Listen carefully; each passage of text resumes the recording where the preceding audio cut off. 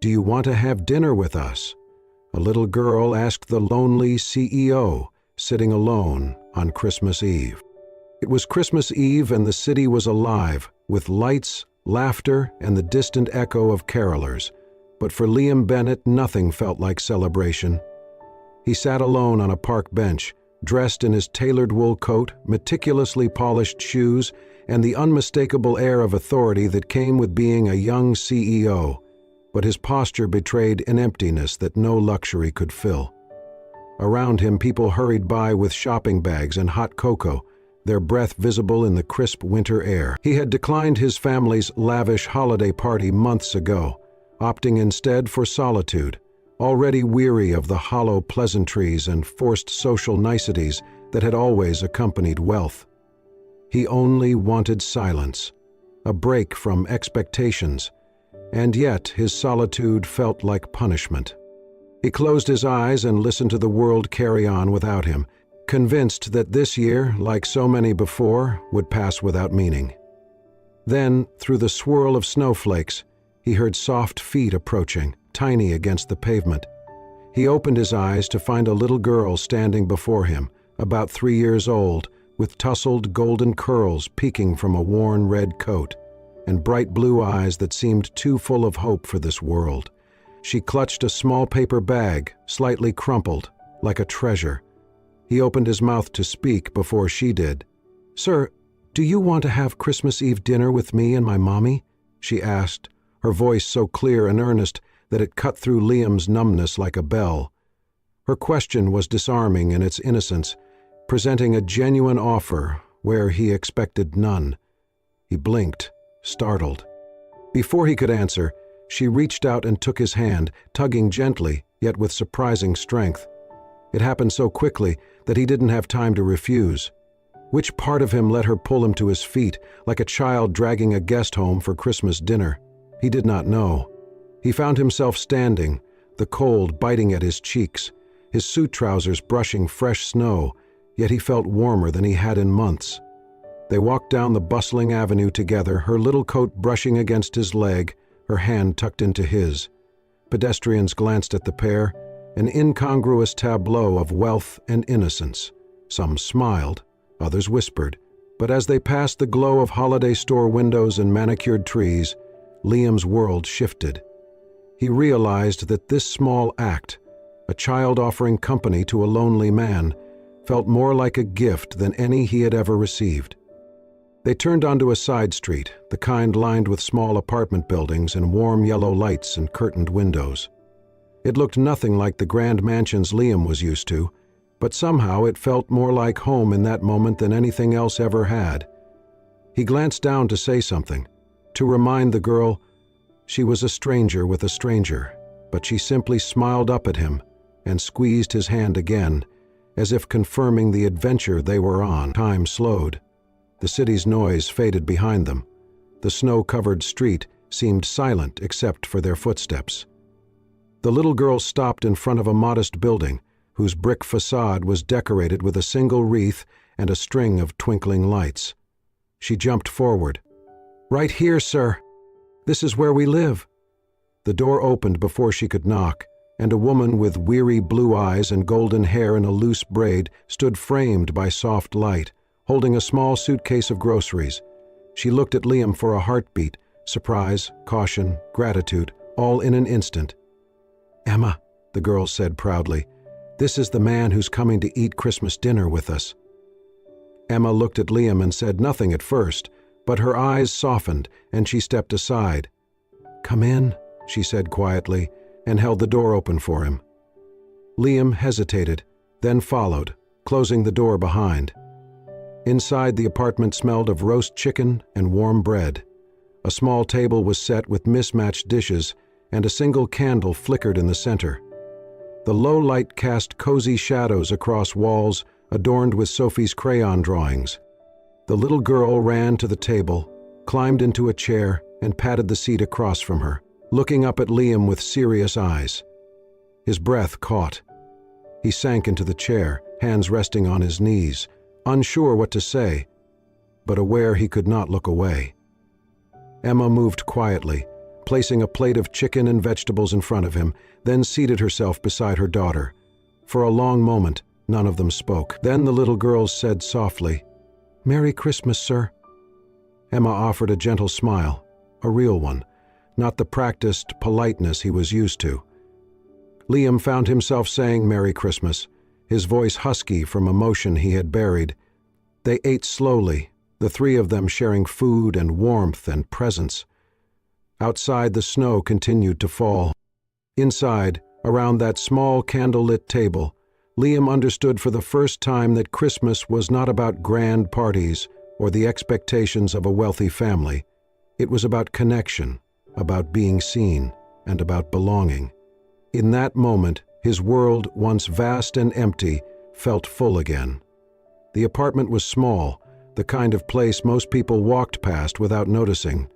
A crooked string of twinkling lights framed the front window, casting a soft glow on the cracked sidewalk below. Liam followed Sophie up the narrow stairs, his polished shoes tapping against creaky old wood. At the top, she turned with a smile. "This is our home." Before Liam could respond, the door opened. A woman, young, mid-20s, with golden hair loosely braided over one shoulder, stood in the doorway. Her eyes were kind but tired, and she clutched a kitchen towel in one hand. She paused, surprised to see him. Sophie beamed. "Mommy, this is the man I told you about. He looked lonely, so I invited him to dinner." The woman's gaze flicked from her daughter to Liam. No fear, just quiet, maternal caution. Liam tried to speak, to explain himself, but words didn't come. I hope it's not too much trouble," he managed. There was a brief silence, then she stepped aside. "Come in." The scent of rosemary and roast chicken drifted through the air. The apartment's living room and kitchen shared one small space. A modest table by the window held two mismatched plastic plates, a chipped bowl of vegetables, and a candle tilting slightly in its holder. On the floor stood a tiny artificial Christmas tree, glowing softly under handmade ornaments and crayon-colored stars. She returned to the counter, slicing chicken in practiced silence. No questions, no hesitation. Just a third plate placed gently on the table. Sophie hopped into a chair, her feet swinging beneath. "Mommy makes the best chicken ever." The woman glanced up and smiled, small, genuine. "It's not much, but you're welcome." Liam hesitated. He didn't eat with strangers, he didn't accept casual kindness, but something in her voice, soft, unguarded, made refusal impossible. He sat. She served him quietly. The food was plain, but warm, real, and somehow it filled something deeper than hunger. They ate in near silence, broken only by Sophie's giggles and stories about her imaginary snowman friend, Sir Sprinkle. Liam found himself smiling, his shoulders relaxing. For once, he wasn't calculating or defending or proving. Anna, he would later learn her name, caught him watching Sophie and said, "She always likes the candle, even if it's just us. Says it makes dinner special." Liam looked at the candle's glow, casting gentle shadows. It reminded him of holiday dinners growing up, tables full of food but silent, cold. Formal meals with silver and crystal, but no laughter. Anna quietly refilled his plate. When he started to protest, she waved him off. "You look like someone who hasn't had a proper meal in a while," she said kindly. Liam said nothing. She was right, but not the way she thought, because for the first time in years, he realized it wasn't food he had been hungry for. It was this. A small table. A warm plate. Two people who weren't asking for anything in return. As he sat in that modest kitchen, a man of wealth and influence among crayon drawings and paper stars, Liam felt something settle inside him, something that had long been drifting, unsure where it belonged. And when Sophie leaned against her mother and looked up at him with sleepy eyes and a quiet smile, like he had always been meant to sit at that table, Liam felt something unfamiliar rise in his chest. Hope. After dinner, the dishes were cleared in quiet collaboration. Liam offered to help, but Anna only smiled, shaking her head gently. "You're the guest tonight," she said, stacking the plates carefully in the tiny sink. Sophie had fallen asleep on the couch, curled up beneath a fleece blanket, her cheeks still flushed from excitement and cake. The apartment felt even smaller now, but cozier. Outside the window, snow fell in lazy spirals, painting the city in silence. Liam sat back down at the table, his suit jacket folded over the back of the chair, his hands resting idly in front of him. He did not want to leave yet. Not because he owed them anything, but because something here made it hard to walk away. Anna finished rinsing the last plate, wiped her hands and joined him again. She poured 2 mugs of tea, cheap, overly floral, but Liam welcomed the warmth. "She's a good kid," he said softly, nodding toward the sleeping Sophie. "She's everything," Anna replied, her voice quieter now. There was a pause, then Liam asked, "How long have you been on your own?" Anna looked down at her cup, tracing the rim with her finger. "Since I was 21. Liam waited. "I was in college," she said, "studying education. Wanted to teach literature, maybe run a classroom with paper stars on the ceiling. I met someone, older, charming, said all the right things, and I believed him." He heard the unspoken words in her tone, believed him, got pregnant, was left behind. "My parents weren't thrilled," she continued. "They said I was throwing my life away. When I said I was keeping the baby, they said they couldn't support my decision. I moved out 2 days later." She took a sip of tea, her gaze fixed on nothing in particular. "I waited for him to come back. He never did." "You raised her on your own?" Liam asked. Anna nodded. "I've waitressed, cleaned houses, answered phones, whatever pays the bills, but I never regretted Sophie." There was no bitterness in her voice, no anger, just tired honesty and the resilience of someone who had no choice but to keep going. Liam stared at her, quiet. Her story was nothing like his, yet somehow it resonated. "You ever get angry?" he asked, surprising himself with the softness in his voice. "At life? At them?" Anna met his gaze. "Of course. But I learned something early. Anger eats more than it feeds. It doesn't fix what's broken." Then, with the faintest smile, "There's no point blaming the weather, you just find a better coat." He let out a breath that was almost a laugh. Then he said, "My family's rich, like private jets, gala dinners, legacy name-on buildings rich. But my mother hasn't hugged me since I was 10. My father sees me as a failure because I didn't take over his empire. I started my own company when I was 18 and didn't speak to them for 3 years. Anna didn't respond immediately. She listened, really listened. And when he finished, she reached across the table and gently placed her hand over his. "Maybe they love you," she said. "They just never learned how to show it." Liam's eyes searched hers. There was no pity in them, only warmth, and a quiet kind of understanding that unraveled something deep inside him. He nodded once. For years he had hidden that wound beneath layers of success and control, and now here it was, seen and soothed, not with solutions, but with compassion. In a tiny kitchen lit by the last flickers of a candle, Liam felt the world shift again, not in grand gestures, but in a woman's calm voice, a cup of tea, and a hand that said, "You are not alone." And somehow that was enough. The days that followed were quieter, slower, and strangely warm despite the biting winter air. Liam began stopping by more often, not out of obligation, and certainly not out of curiosity anymore. Something had shifted in him that night over tea and candlelight, and now the small apartment with the mismatched plates and the paper Christmas tree felt like the one place in the city where he could breathe. Sometimes he brought small things, a box of pastries from a bakery downtown, a children's book Sophie might like. One afternoon, he noticed the kitchen light flickering and returned the next day with a new bulb and a step stool, insisting on fixing it himself. Anna always thanked him, he always waved it off. "I'm not doing this to be polite," he said once, after helping her carry a box of laundry up the stairs. "I'm doing this because I want to." Anna smiled, her eyes softening. Their conversations grew longer, easier. Sometimes they'd talk while Sophie played nearby, building towers out of cereal boxes or drawing Liam in crayon with a comically large nose.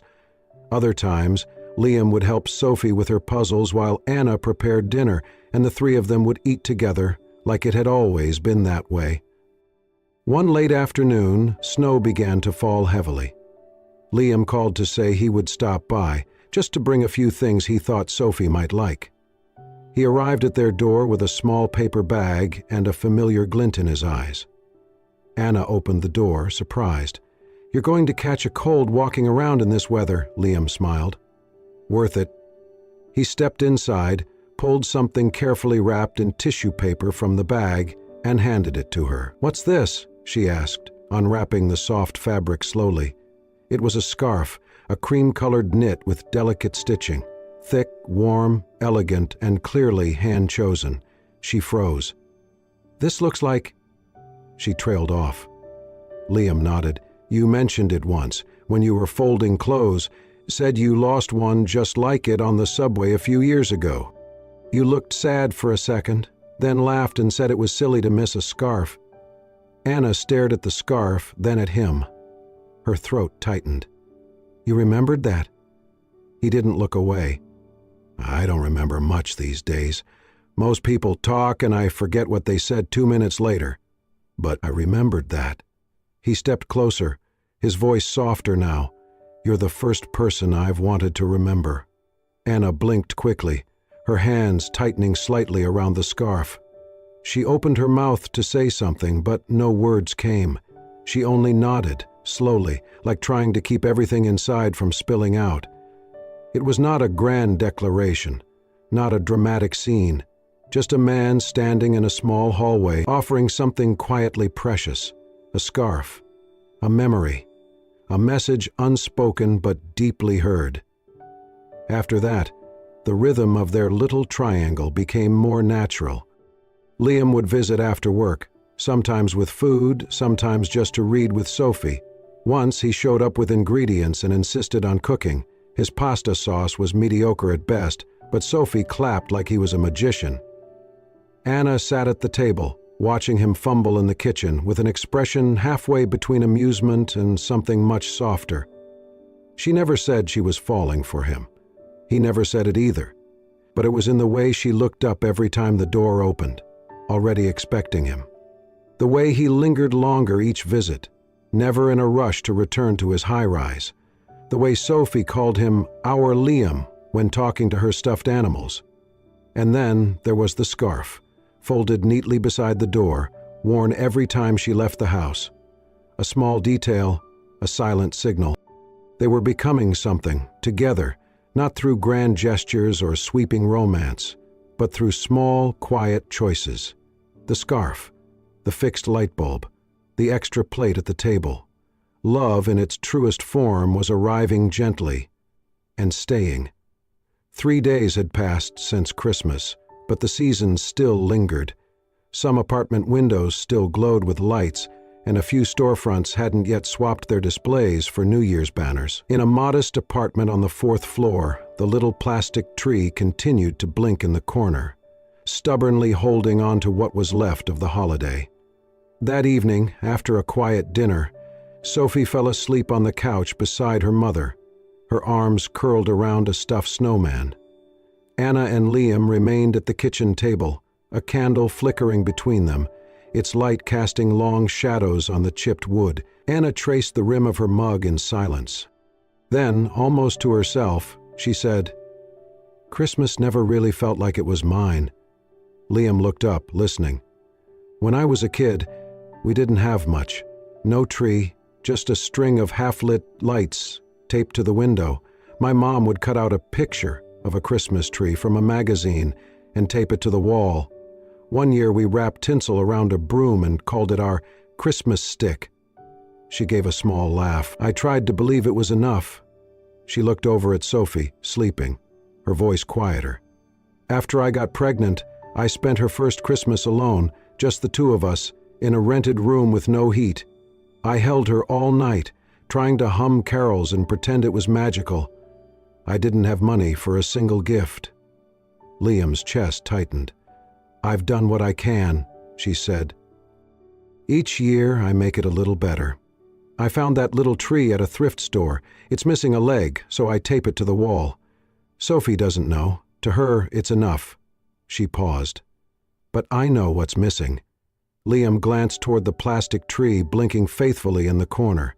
Paper ornaments, crayon drawings, bent star at the top. It was full of love, but it wasn't whole. "She's never had a real one?" he asked. Anna shook her head. "Not once." That night, after Anna had dozed off beside her daughter, Liam slipped out into the snow. The next morning, as always, Sophie was the first to wake.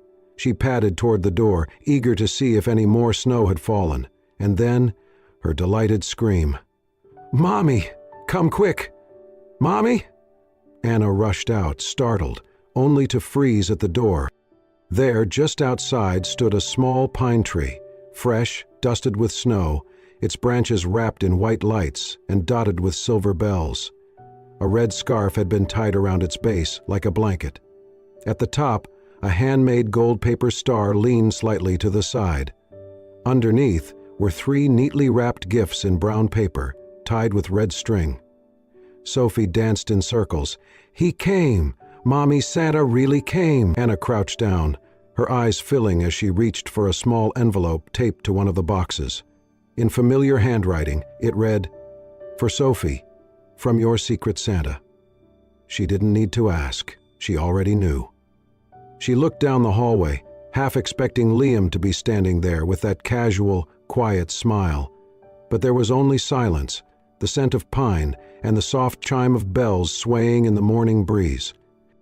Anna touched the tree, fingers gently brushing its cold, green needles. For years she had tried to make magic out of nothing, pretended she wasn't watching life through a window she couldn't open, but now someone had opened it for her. Inside, the old plastic tree blinked in the corner. But it was no longer the center. Outside, a man had given her child what she never had, not through extravagance, but through kindness. Presence, a silent promise, fulfilled. And for the first time in her life, Anna felt Christmas truly arrive. By March, the city had shed most of its winter coat. Snow had melted into slush, and the air carried the promise of spring. In a modest apartment with hand-drawn decorations and paper butterflies taped to the windows, a certain little girl was counting down the days to something she had never truly experienced before, her very first birthday party. Sophie was turning 4. To most, it might seem like a small milestone, but for Anna it was everything. It was the first year she could afford a cake, the first year Sophie had made friends at the neighborhood daycare, the first year her daughter would get to wear a princess dress, not borrowed but chosen. And for Sophie, the biggest excitement of all was one name she kept repeating with glee: Chew Liam. Liam had promised. "I'll be the first one at your door," he told Sophie with a pinky swear. 8 o'clock sharp, with a surprise. Anna had watched him make that promise, her heart full and wary all at once. He was good to them, consistently, thoughtfully good, but a part of her still lived in the quiet fear of being left behind again. 2 days before the party, Liam's phone rang during a board meeting, Singapore. A high-stakes merger. The opposing CEO had changed schedules last minute. He would only meet in person and only on Sophie's birthday. Liam felt the blood drain from his face. He stood up without a word and walked straight out of the room. That night he called Anna. "I might not make it back in time," he said, voice low. "The meeting's the same morning. I'm trying to move things, but—" Anna didn't interrupt. She listened, then replied gently, "You've already done so much." But then, softer, "It's just, she sees you as family now, Liam. This birthday, she's not waiting for toys. She's waiting for you." Liam sat in silence long after the call ended, heart heavy, torn between duty and desire. March 17th, Sophie's birthday. Back in New York, Anna had woken early. The apartment smelled of sugar and strawberry frosting. Balloons clung to the walls, and Sophie twirled in her lavender dress, her hair clipped back with glittering pins. "Is he coming soon?" she asked for the 3rd time in an hour. Anna knelt, adjusting the hem of her daughter's dress. "He said he'd try." Sophie tilted her head. "But he promised." Anna didn't respond. Her eyes stung and she turned away to hide it.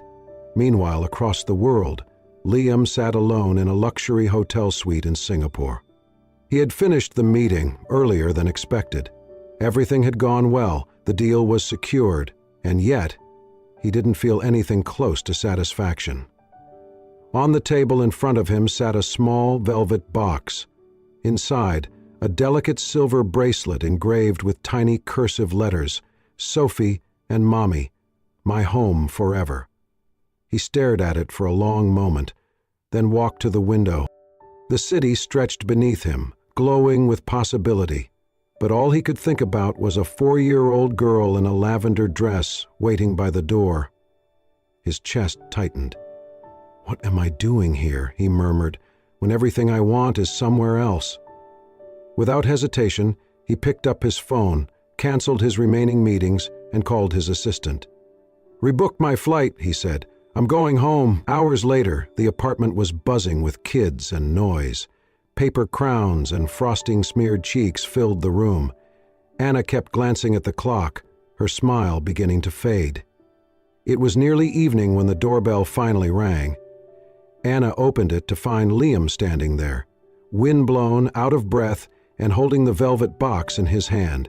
Sophie spotted him from across the room and screamed with joy. "You came," she shouted, launching herself into his arms. "I promised," he whispered, hugging her tightly. Anna watched them from the doorway, eyes glistening. He looked at her and smiled, quietly placing the box in her hand. She opened it. Her fingers trembled. Liam leaned close, his voice gentle. "I missed the cake, but I made it to what matters." And just like that, the day became perfect. Not because of the cake or the gifts or the party, but because a promise had been kept and two hearts that had never truly believed in constancy finally did. The sun had begun its slow descent by the time Liam reached the familiar doorstep. He stood there for a moment, staring at the door he had come to know so well. In his hand was a small gift box, wrapped simply with a navy blue ribbon. He had not called ahead. He had not sent a message. Something in him needed this to be real, not scheduled, not arranged, just him, arriving because he wanted to be there. He took a breath and knocked softly. Inside the apartment, Sophie was sitting cross-legged on the living room rug, her toy kitchen sets spread around her in cheerful chaos. She looked up at the sound of the knock, froze for a beat, and then shrieked with joy. "Mommy! It's him! It's Liam!" She bolted to the door just as Anna stepped into the hallway, wiping her hands on a kitchen towel. Her eyes widened as the door opened and Liam stood there, wind-tussled and quietly smiling. "Uncle Liam's back!" Sophie yelled, running back into the apartment. "Mommy, the table has 3 chairs again. I can cut the cake now." Anna's expression softened, touched by surprise and something deeper. Liam stepped inside, removed his coat, and looked down for a moment. Then he placed the box gently on the small kitchen table. "I'm sorry," he said, his voice low but steady, "for nearly missing it, for not always knowing where I belong." He looked up and met her eyes. "But if there's still space here, I'd like to sit at this table again and not miss another birthday." Anna didn't speak right away. The room was filled with the hum of the heater, the soft clink of Sophie's plastic teacups. The scent of leftover frosting lingered in the air. Then, quietly, Anna stepped forward. Her eyes glistened, but she smiled, soft, sure, steady. "There's always space for you here," she said. "Your seat's never been taken." That evening, the 3 of them sat down at the table. No cake ceremony, no party hats. Just a warm dinner Anna had reheated, and a sense of peace that wrapped around them like a worn, beloved blanket. Sophie chattered nonstop about the day, about her friends, about the crown that kept falling off her head during the song. Liam listened, laughing softly, refilling her juice like it was the most important job in the world. Anna watched them both, her heart fuller than she could express. After dinner, as Sophie dozed off against Liam's shoulder on the couch, Anna brought him a cup of tea. They sat in the quiet, their words no longer necessary. Liam looked at the little girl nestled against him, then at Anna, who was watching her daughter with a calm, contented gaze. He thought of all the dinners he had skipped in high-rising restaurants, the holidays spent with strangers in suits, the deals that had consumed his time. And then he looked at this moment, soft, real, quiet, and something clicked inside him. This was home. Not because he owned it, not because he had earned it, but because he was wanted here. Because two people, one who didn't understand anything beyond the joy of cake and hugs, and one who had been quietly carrying the weight of the world, had let him in. He didn't need permission. He didn't need to prove anything anymore. This was his seat, and the table was no longer empty. 1 year later, everything felt different.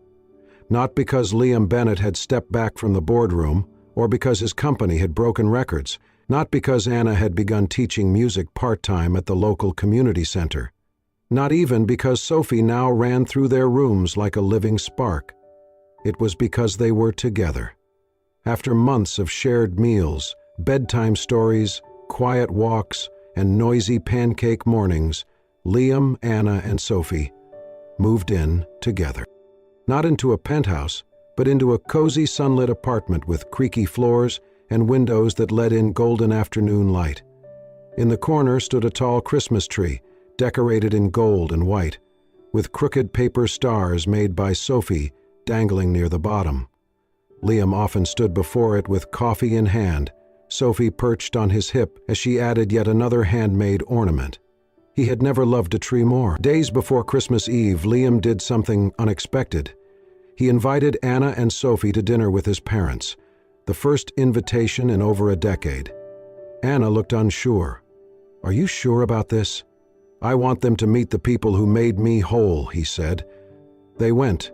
The Bennett's home was still grand, cold marble, tall ceilings and long silences, but this time something had changed. Liam's mother greeted Anna not with words, but with a soft pour of tea and a quiet nod. His father, usually reserved, placed a small silver tin in front of Sophie. Inside were soft caramel candies. Her eyes lit up. "My favorite!" Liam caught the slight curve of his father's lips. Not quite a smile, but something close. No apologies, no grand reconciliations, just small gestures. Enough. When they left, hearts were lighter, and Liam felt something loosen inside him. Then came Christmas Eve. The apartment filled with the scent of cinnamon and roasted vegetables. Snow drifted outside.